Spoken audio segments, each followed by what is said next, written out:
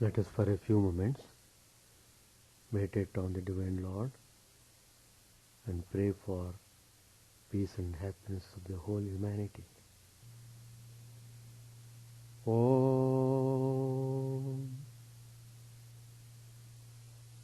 Stapakaya cha dharmasya sarvadharma swarupine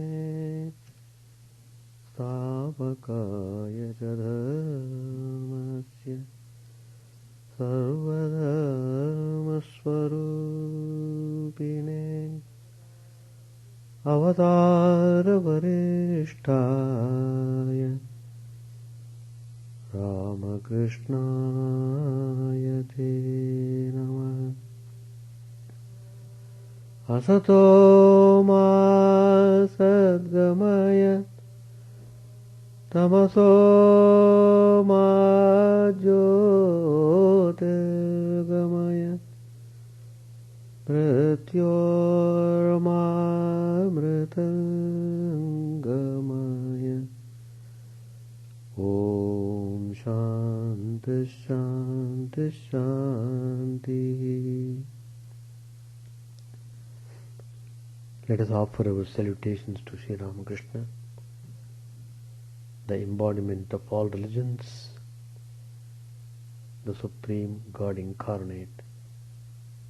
Let us pray to Him to lead us from the unreal to the real, to lead us from the darkness of ignorance to the light of knowledge, to lead us from death to immortality. We have been studying Gospel of Sri Ramakrishna. I am dealing with the topic Sri Ramakrishna's profound wisdom. All through the pages in the Gospel we find how Sri Ramakrishna's teachings are full of wisdom, simple, effective and practical. So we need to know correctly and then follow it up sincerely. Then you get what you want.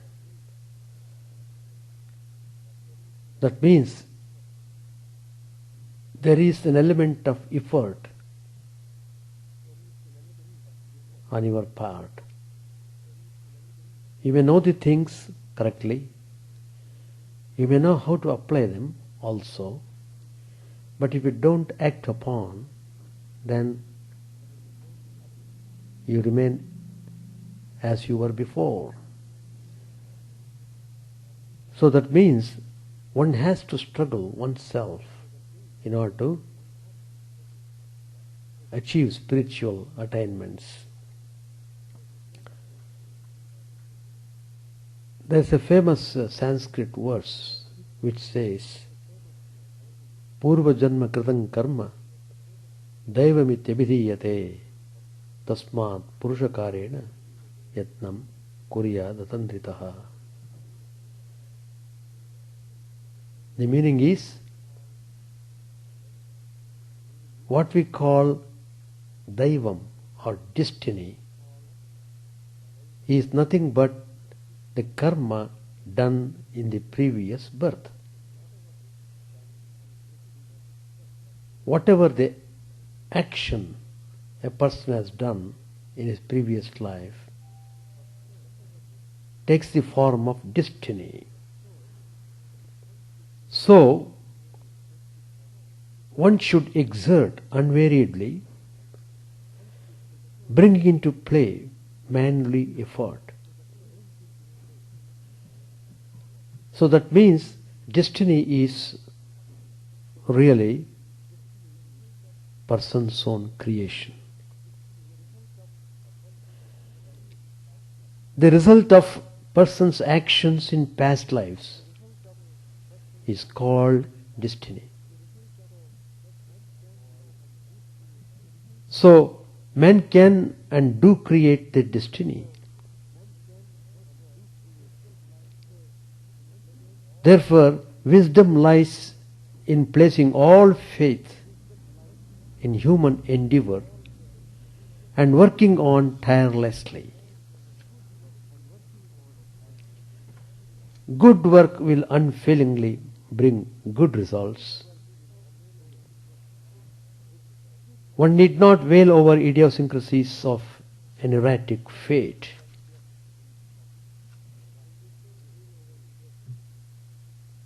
Swami Vivekananda says in the Song of Sannyasin, a famous poem composed by Swamiji, he says there, "Thine only is the hand that holds the rope that drags thee on.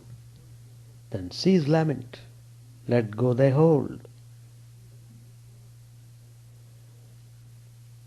Sri Ramakrishna, he said to a person who came to him,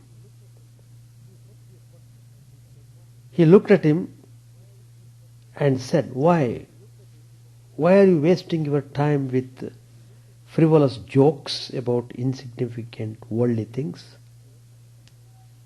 Direct your mind to God.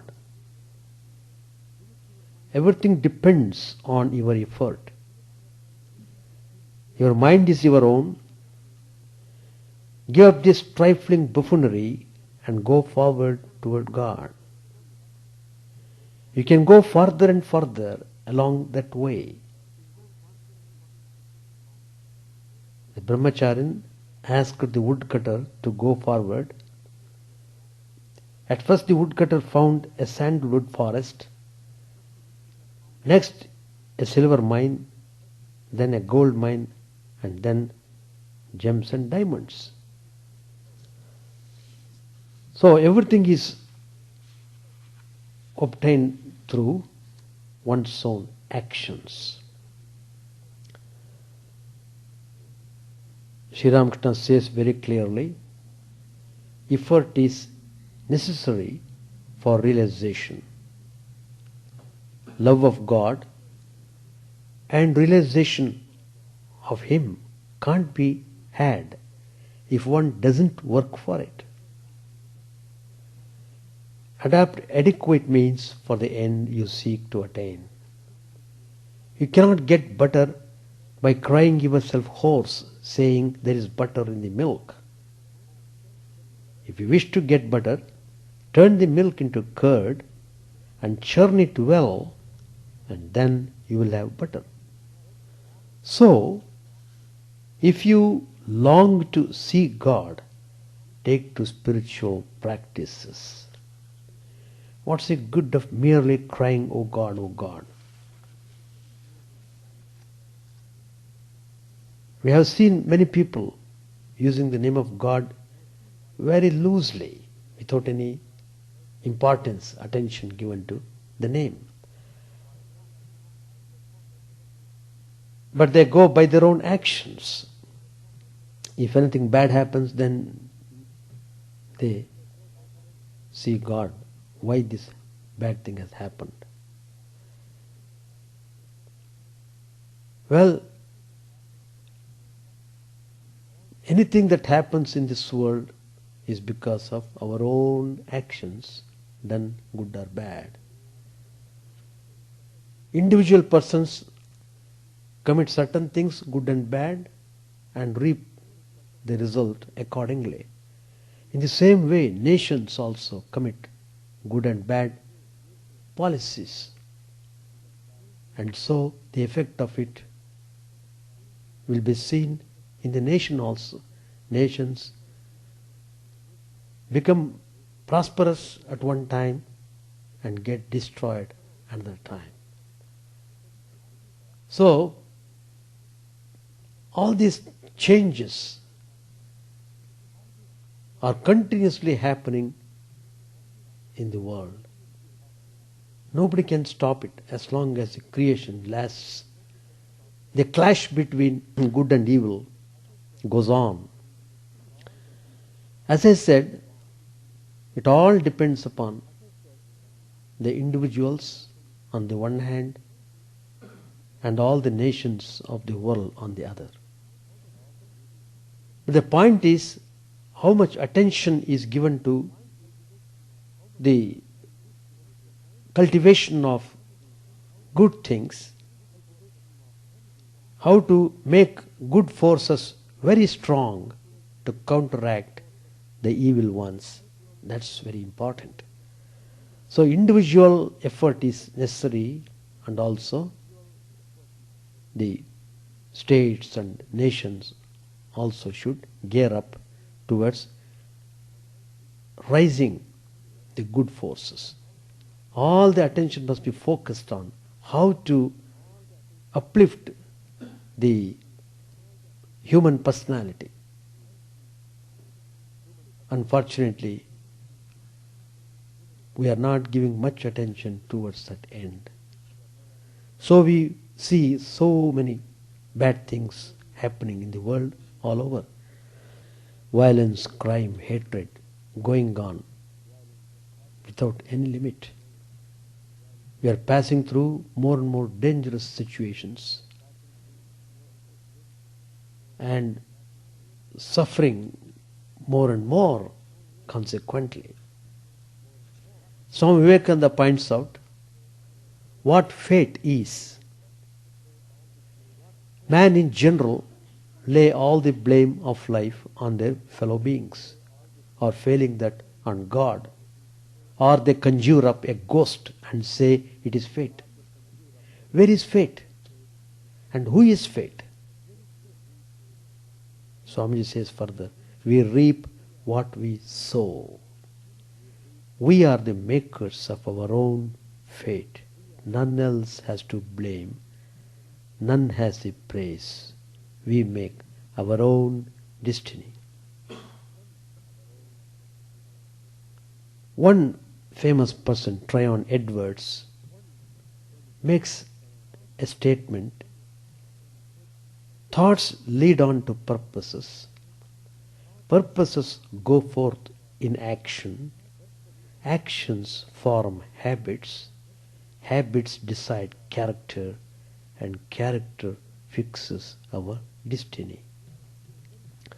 So, it is very important that we should take on to spiritual ideas more effectively and put them in practice sincerely. That we have to do. That's the only way of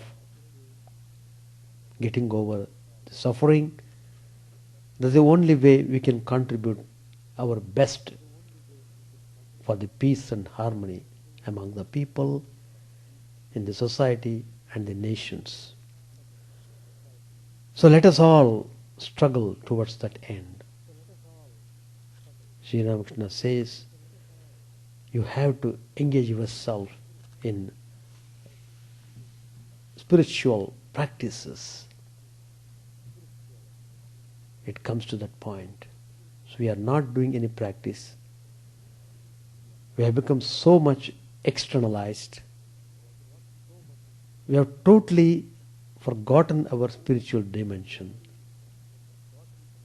And so all the negative forces are occupying our mind. So we feel tremendous force of evil operating in the whole world. Coming to another wisdom propounded by Sri Ramakrishna about the reality. You know, people keep on debating upon various types of gods and goddesses, and they debate upon God, whether he has form or whether he has no form. So constant agitation is going on among the people following different faiths regarding whose ideology is correct. And each one is trying to impose one's own ideas upon the other. The result is continuous clash. That's not the way. That's not the way at all. And here Sri Ramakrishna shows the way. Well, you don't have to debate on any of the spiritual ideas. Whatever ideas you are following, try to practice it yourself. Don't try to impose it upon anybody else. And don't claim any superiority about your own ideas. Just keep practicing what you believe. That's all. After the result is obtained, then you will understand the reality and the glory of it. And Sri Ramakrishna has practiced all the religions and concluded there is only one God called by various names to be reached by any path. All paths are equally valid, equally sacred, equally great.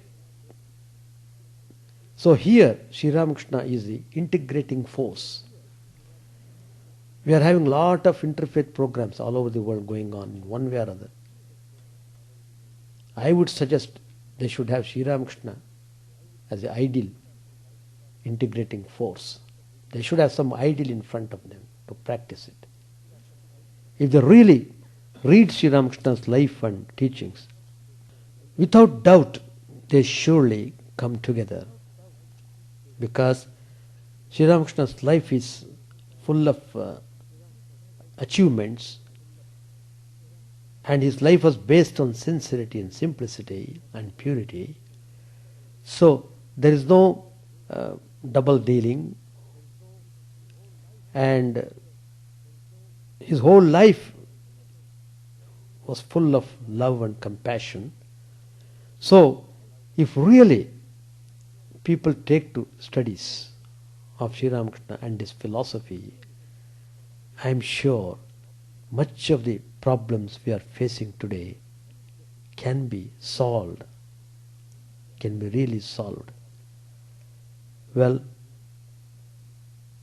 God only should help to open our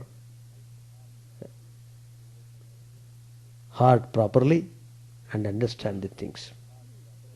Sri Ramakrishna tells in the Gospel, nothing exists except the One. That One is the Supreme Brahman. What Brahman is cannot be described. Even he who knows it cannot talk about it. Sri Ramakrishna himself tried to describe what Brahman is, but he couldn't, because when he tried to describe, the mind got merged into the absolute and he would go into samadhi. So the absolute reality can't be described, it is only to be experienced. Like the Akasha, Brahman is without any modification. Brahman itself is beyond the three gunas. It is beyond words. You know, the whole creation, how it is acting on? It is acting on the three gunas. Sattva, Rajas and Tamas. These three, Trigunatmika Maya, we call it as in the Vedanta. So this is responsible for all the activities, good and bad, going on in this creation.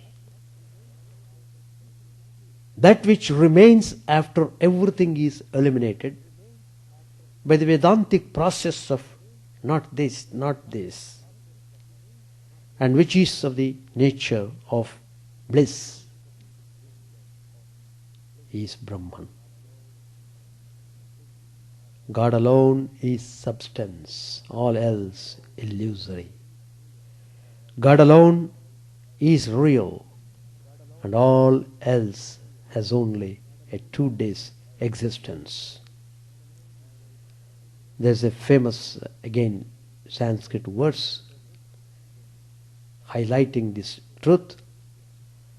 Shlokardhena pravakshyami yaduktam grantha kotivihi Brahma Satyam Jagan Mithya Jivo Brahmaiva Naparaha.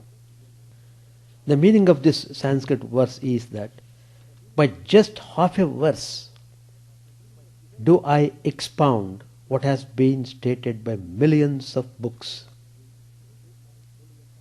Brahman is truth. The world is an illusion. The soul is Brahman indeed, and no other than Brahman. Swami Vivekananda in his teachings also highlights this point. He says in his teachings, Brahman is one, but is at the same time appearing to us as many on the relative plane. Name and form are at the root of this relativity.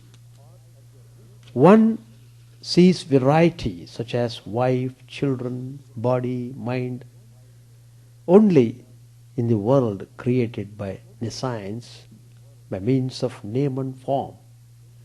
As soon as this nescience is removed, the realization of Brahman, which eternally exists, is a result. The Alpha and Omega of Vedanta philosophy is to give up the world,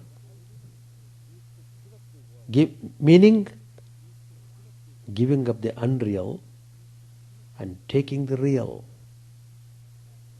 Brahman has no attributes but is existence, knowledge and bliss absolute. So, that is Vedanta. That's why we always feel very happy to dwell upon these Vedantic ideas. The more you dwell upon this, the more you feel happy and peaceful. It is in Vedanta all the religious faiths and doctrines get merged. They all get merged. The variety becomes one unity in diversity.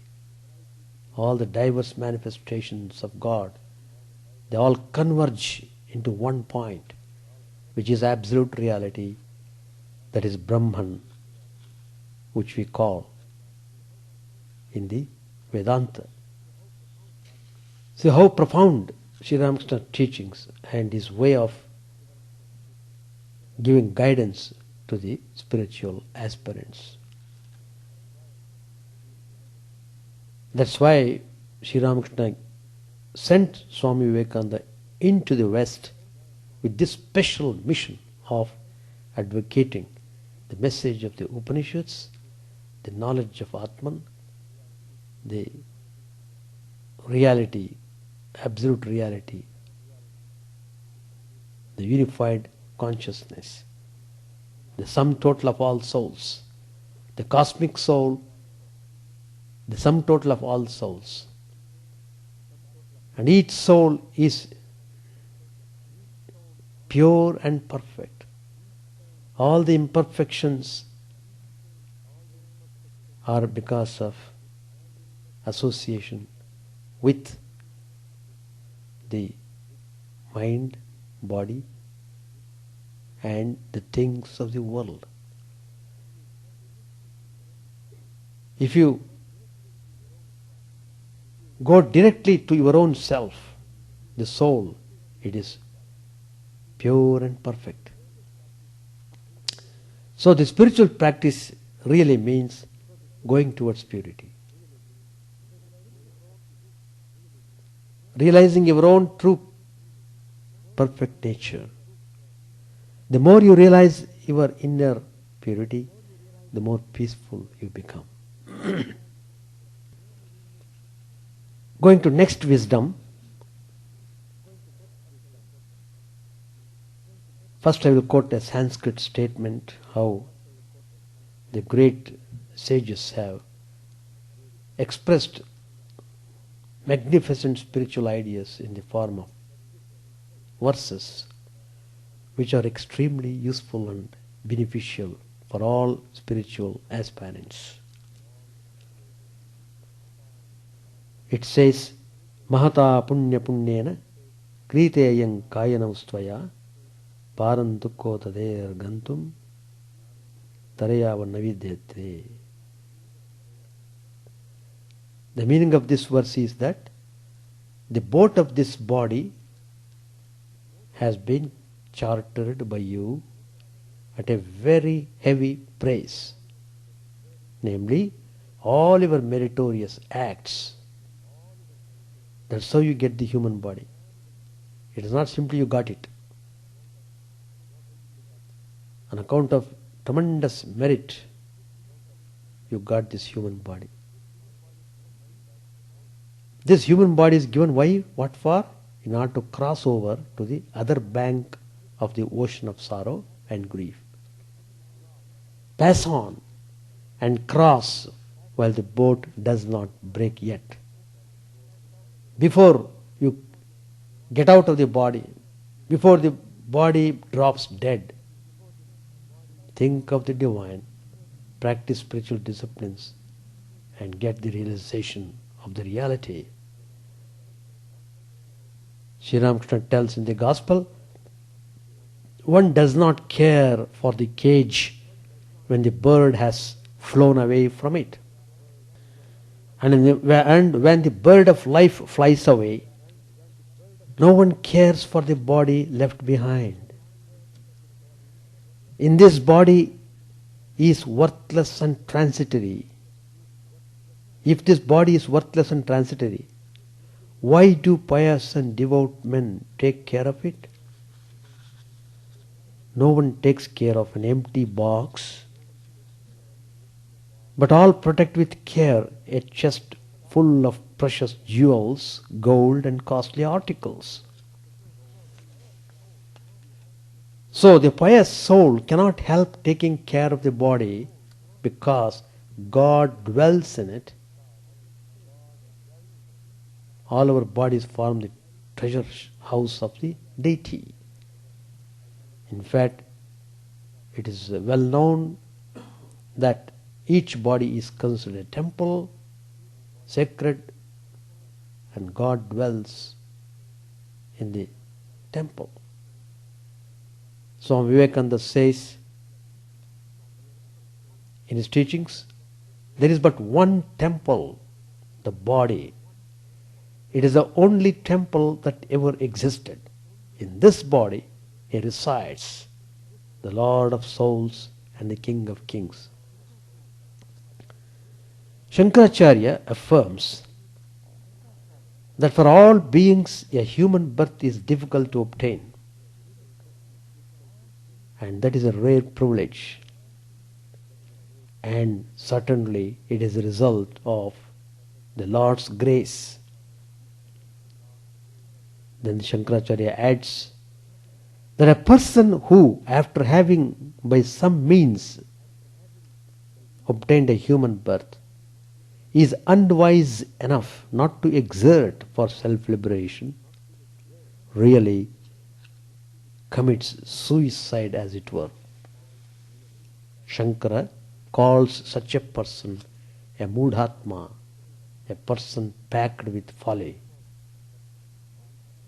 So, how precious this human body, but how are we using it?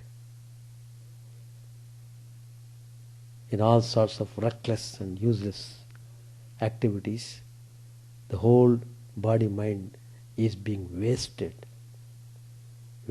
terribly. It's a colossal waste. Whole life is wasted. Well, what can be done if there is no wisdom? Coming to another wisdom,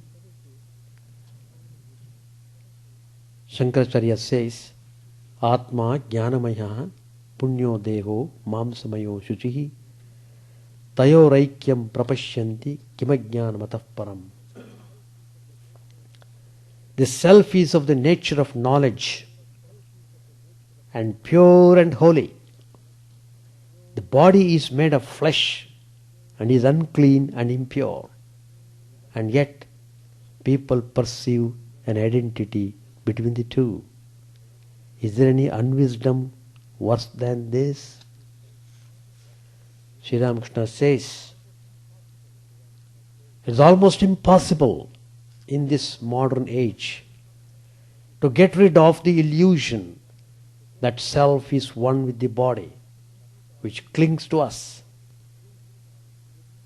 Now the conclusion which the jnani must come to is, I am not the body, I am one with the universal soul, the absolute and unconditioned being. First of all, the thorn of body consciousness has to be burnt into ashes by the fire of knowledge. Swami Vivekananda in his teachings says the same idea in a little different way. He says, when I think of myself as a body, I am only a body. It is meaningless to say I am something else. And when I think of myself as a soul, the body vanishes and the perception of the body does not remain. None can get the perception of the self without his perception of the body having vanished. We come under the delusion that we really have a dual perception of the soul and the body. But such a perception never really exists. The perception is either the body or of the soul. It requires no arguments to prove it. You can verify it in your own minds. So, there is a famous Vedantic treatise composed by Acharya Shankar. It's called Atma Bodha, self-knowledge. Very fine book. It deals with the nature of the Atman and all the details are given there and how one should practice spirituality dwelling on those ideas. Page 729, Sri Ramakrishna said, he can bare his teeth at school, but shyness overpowers him when he is asked to sing. He is referring to Master Mahashaya. Master Mahashaya, feeling greatly distressed, remained speechless.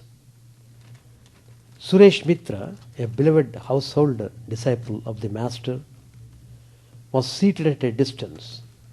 The Master cast an affectionate glance at him and said to him, pointing to Girish, you talk of having lived a wild life, but here is one you could not surpass. Suresh, with a smile, said, yes, sir, he is my elder brother in that respect. All laugh.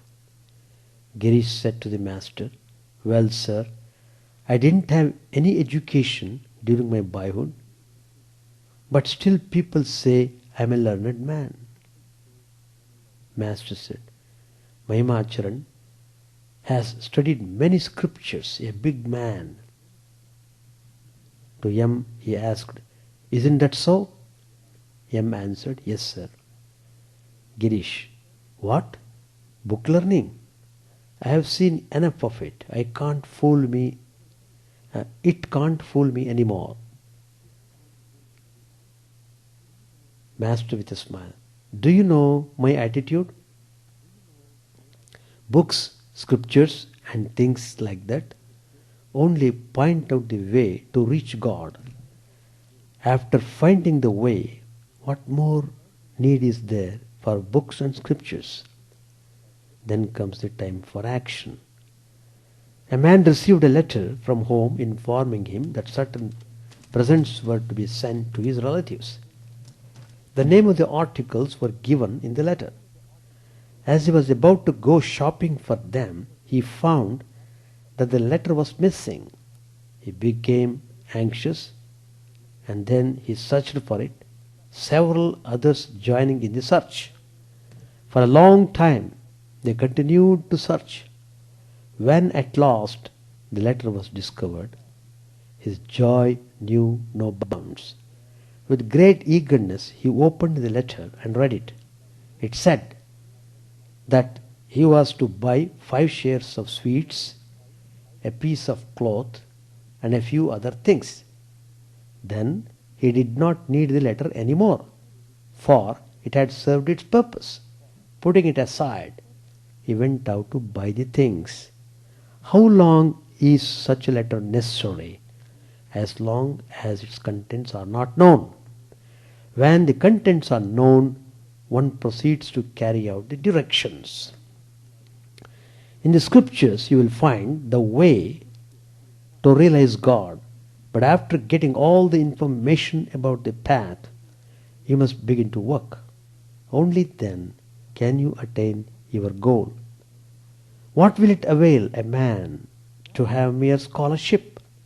A Pandit may have studied many scriptures, he may recite many sacred texts, but if he is still attached to the world, and if inwardly he loves lust and gold, then he has not assimilated the contents of the scriptures. For such a man, the study of scriptures is futile. The almanac forecasts the rainfall for the year. You may squeeze the book, but you won't get a drop of water, not even a single drop. Laughter. Girish said smilingly, "What did you say, sir, about squeezing the almanac? Won't a single drop of water come out of it?" All laugh. Master answered with a smile, "The Pandits talk big, but where is their mind fixed? On lust and gold, on creature comforts and money. The vulture soars very high in the sky, but its eyes are fixed on the charnel pit.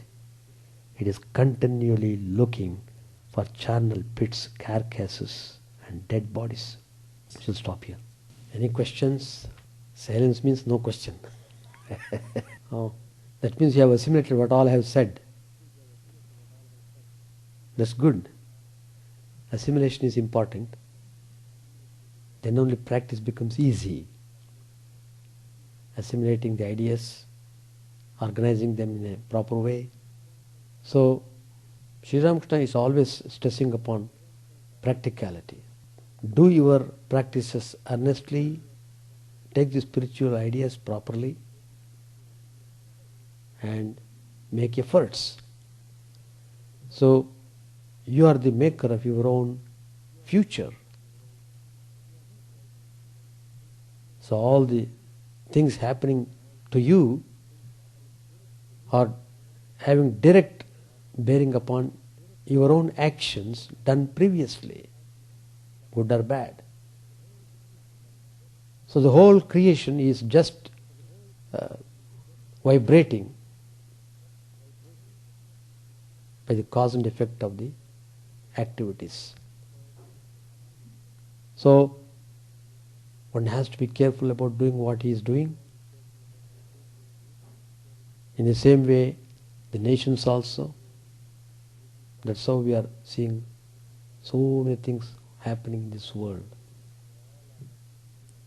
They all are happening because of something happened in the past. Anyway, suffering is there.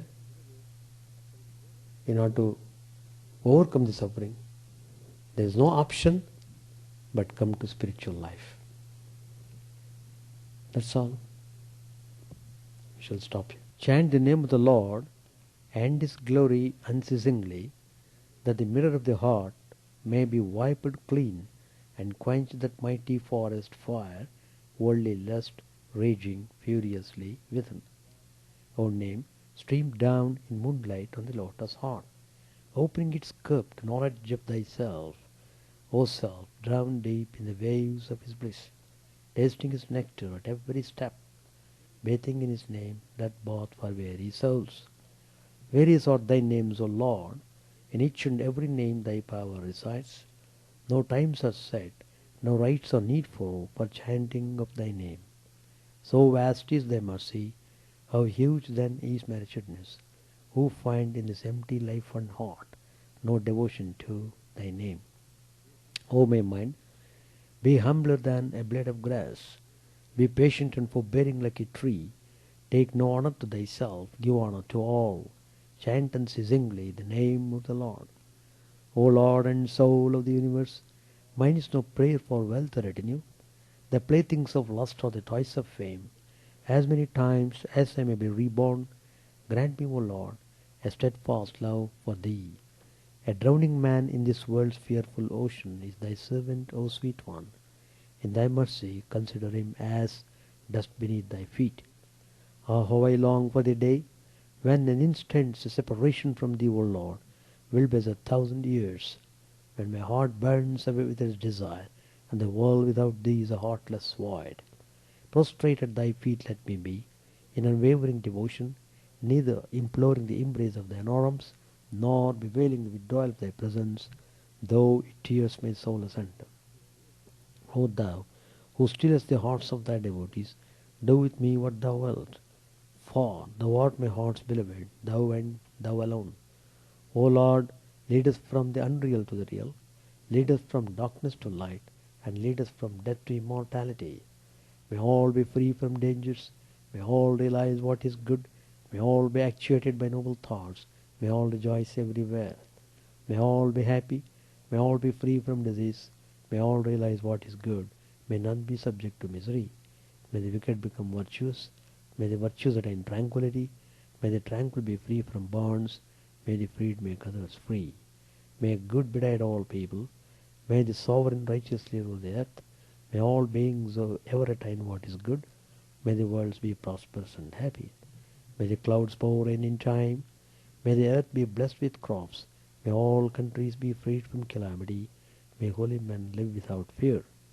May the Lord, the destroyer of sins, the presiding deity of all sacred works, be satisfied. For, he being pleased, the whole universe becomes pleased. He being satisfied, the whole universe feels satisfied.